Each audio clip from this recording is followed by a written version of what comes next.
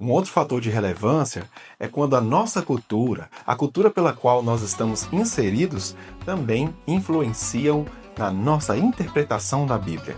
É quando a cultura determina as nossas lentes para compreender o texto sagrado. Por exemplo, vamos pegar um texto aqui em 1 Timóteo, capítulo 5, versículo 23, onde Paulo recomenda que Timóteo tomasse vinho. Não continues a beber somente água. Usa um pouco de vinho por causa do teu estômago e das tuas frequentes enfermidades. Uma pessoa que vai interpretar esse texto, que está debaixo de uma cultura onde o crente não bebe, com certeza ele vai entender o texto no sentido de que a bebida alcoólica foi uma orientação pessoal para Timóteo que não aplica para a igreja atual. E não vamos com aquela historinha de que ali era suco de uva, não. Era vinho e tinha álcool sim, tá? E com isso cria-se uma certa seletividade, onde passamos a entender um texto bíblico conforme os nossos hábitos, os nossos costumes, a nossa cultura. E a nossa seletividade acontece de que forma?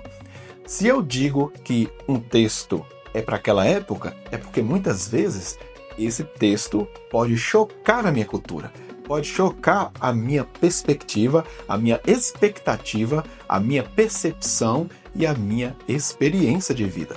Mas quando aquele texto não choca, como por exemplo 1 Coríntios capítulo 14, versos 34 e 35, onde Paulo ordena que as mulheres ali ficassem caladas, aí sim, esse texto parece menos ofensivo, né? Parece ser mais tranquilo, aí eu aplico aos dias atuais. Por quê? Porque ele é convergente com a cultura pela qual eu estou inserido. Cultura essa em que não fazem nem 100 anos em que as mulheres passaram a ter direito de votar, o direito de trabalhar, o direito de opinar, o direito de entrar na política e assim por diante. É muito comum nós querermos inserir a nossa cultura no texto bíblico, porque isso ocorre de forma sutil e inconsciente. Existe um outro texto que se encontra em 1 Coríntios, capítulo 14, versos 27 e 28. Veja só, mesmo capítulo onde Paulo fala das mulheres ficarem caladas. Ele diz que para uma pessoa falar em línguas, tem que ter um intérprete. É algo que muitos ciclos pentecostais não seguem. São muitas pessoas falando em língua e não tem intérprete ali. Já em contextos tradicionais, não tem dom de língua. Eles não creem nos dons do Espírito Santo.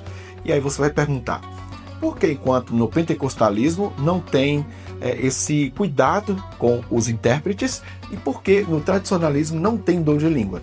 Porque ambos foram influenciados pela sua cultura. Enquanto que o pentecostalismo vai beber do triunfalismo americano, que por sua vez bebeu da forma alegre de cultuar a Deus ou os deuses de alguns africanos, o tradicionalismo vai beber de um jeito frio de cultuar a Deus que os ingleses, os suíços, os alemães, os europeus, enfim, possuíam, ambos determinados pela própria cultura. E é preciso ter esse cuidado. As hermenêuticas são múltiplas, mas a exegese deve ser uma só.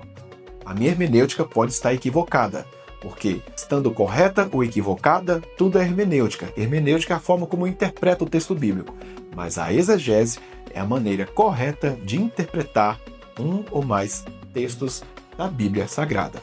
A nossa cultura não é o critério, mas sim o que o texto diz. É a exegese.